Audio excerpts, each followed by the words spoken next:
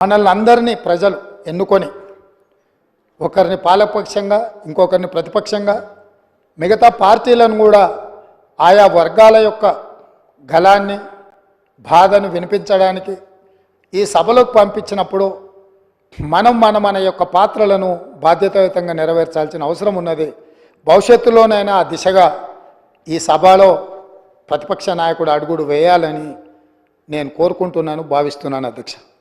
ఏది ఏమైనా అధ్యక్ష, మేము ఈ రోజుకి దాదాపుగా డిసెంబర్ 7 నుంచి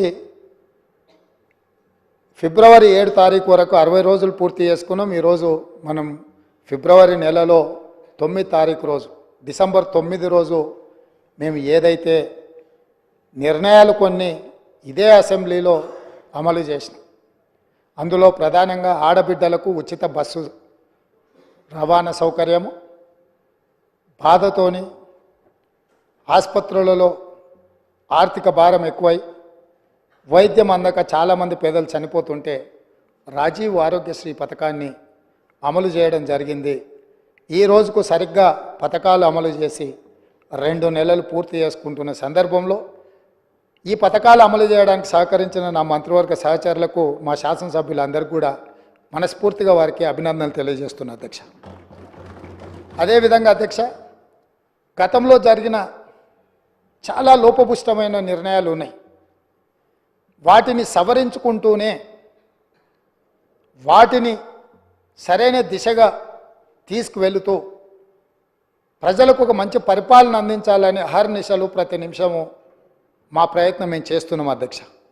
ఇందులో భాగంగానే మొన్న జరిగిన క్యాబినెట్లో లేదా గవర్నర్ గారి ప్రసంగంలో కొన్ని ప్రధానమైన అంశాలను మేము పొందుపరచడం జరిగింది. నేను చూసిన డాక్టర్ పల్లా రాజేశ్వరరెడ్డి గారు మాట్లాడేటప్పుడు ప్రభుత్వం తీసుకున్న కొన్ని మంచి పనులను వారు అభినందిస్తారేమో అని, అదేవిధంగా ప్రభుత్వం తీసుకుంటున్న నిర్ణయాలలో ఏమైనా ఒకవేళ వాళ్ళ దృష్టిలో సవరించుకోవాల్సిన సూచనలు ఏమైనా ఉంటే వారు సూచన చేస్తారేమో అని నేను ఆసక్తిగా విన్నా అధ్యక్ష. కానీ వారు ఆ దిశగా మాట్లాడుతున్నట్టుగా లేదు. వాళ్ళ నాయకుడిని ఒప్పించడానికో మెప్పించడానికో మా మీద దాడి చేసినట్టుగానే వారు మాట్లాడుతున్నారు. పర్వాలేదు, వారు అదే వాళ్ళ విధానం అయితే ప్రజలు గమనిస్తూనే ఉన్నారు అధ్యక్ష.